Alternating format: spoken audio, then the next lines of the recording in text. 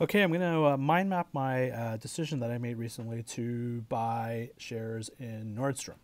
So the first question I always ask myself is, what does Nordstrom do? What makes them unique? What is their value proposition? So when I look at Nordstrom, essentially what they are is they're a luxury retailer.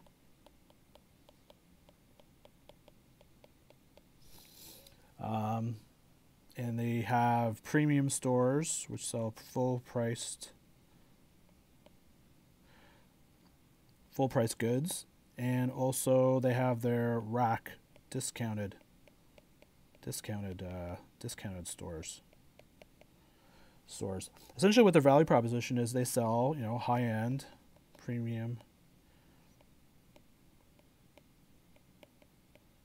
goods, and also provide exceptional customer service, which is in the retail industry is pretty hard to find. Obviously, it's changed quite a bit, quite dramatically. Who do they compete with? Well, they compete with other luxury department store type setups. So that would be kind of like your Saks, your Fifth Avenue, your up here you have Harry Rosen, Barney's, Neiman Marcus.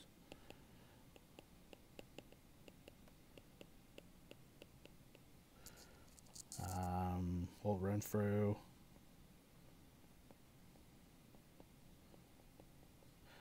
It's a crowded space. It's a pretty crowded space right now, the luxury retailer segment. Who are their customers? Well, ultimately, they're selling high-end, high-value products, exclusive products. Their customers are probably going to be people that are, have uply high net worth. Maybe you got your one percenters are in here. You have your aspirationals, who people want to aspire to living the good life.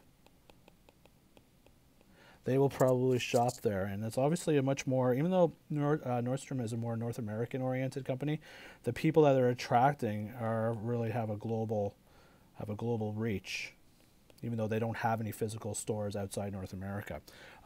These are customers that are very loyal to the brand and have shown, because of their high level of service, will come back. So these are good repeat customers, which is good for the company because it's going to be recurring revenues. Revenues. Speaking of money, do they make money? So when I looked at Nordstrom's financial performance, the return on invested capital has come in between 17 and 25%, which is really good, and that's compared to their cost of capital, weighted average cost of capital, which comes in around 9%. So this company is creating positive economic profit.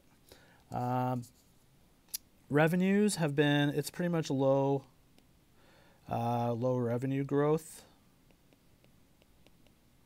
So it's pretty awesome for this company to generate such high returns on capital with very, not very hyper kind of growth. So it's a sign of a really good stable, consistent revenue generating, consistent profit generating type business, which is ultimately is what we want to see as investors. When I looked at the company's financial position, their current assets, their current ratio is pretty much near 1, which is probably the least. It has enough current assets to meet their short-term liabilities, which is good. Like a lot of other retailers, they have high debt, so this is a little bit concerning. It's a much higher debt ratio than compared to other type of businesses. It has low intangible assets, so it means the quality of the assets are pretty high. And the other thing to look at also is it's a family-oriented business. It's a family-owned business. They own majority stakes. The Nordstrom family still own and run the business. And at one point, I think this is what drew me into the stock, was the company was looking to sell and take the company private, but they couldn't get the financing, and so they backed off, and that's kind of one of the reasons why the stock has fallen quite a bit at the time, so, which I'll get into in a second.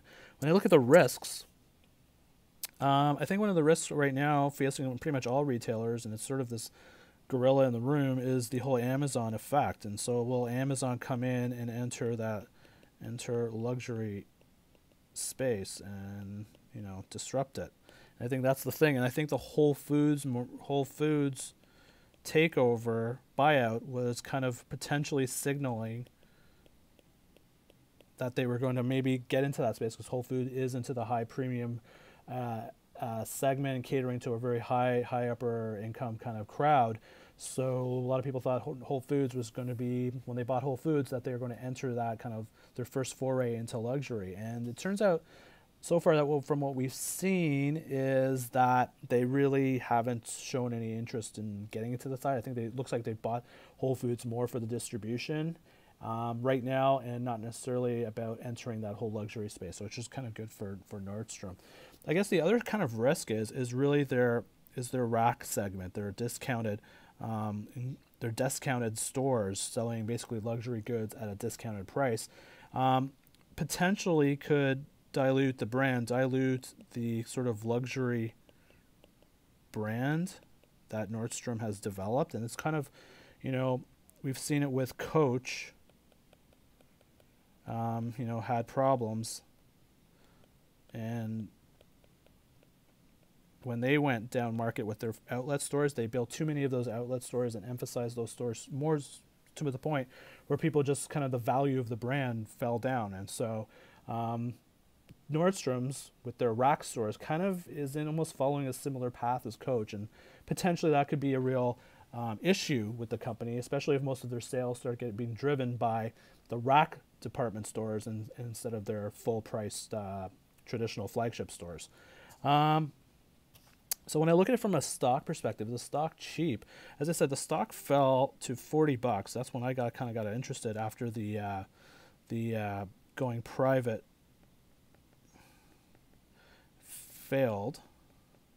When I looked at the company in terms of discounted cash flow, value comes in between 49 and 59. So when I started looking at the company, I looked at it at about $40. So I thought that there's potentially about 20 to 30% upside on the stock. And so basically right now, a lot of retail segments, it's out of favor.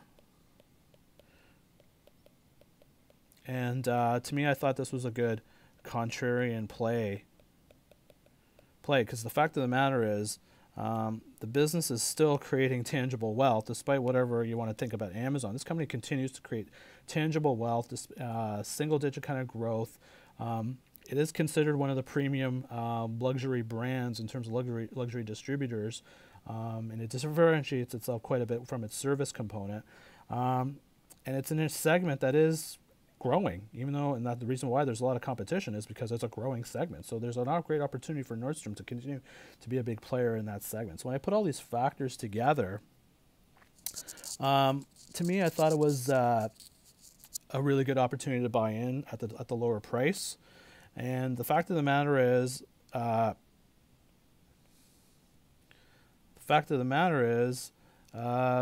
wouldn't be surprised to see the family try again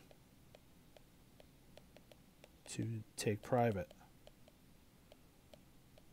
And if that's the case, the price should go up. So when I put all these factors in together, ultimately that led to my decision to open up a small position in Nordstrom.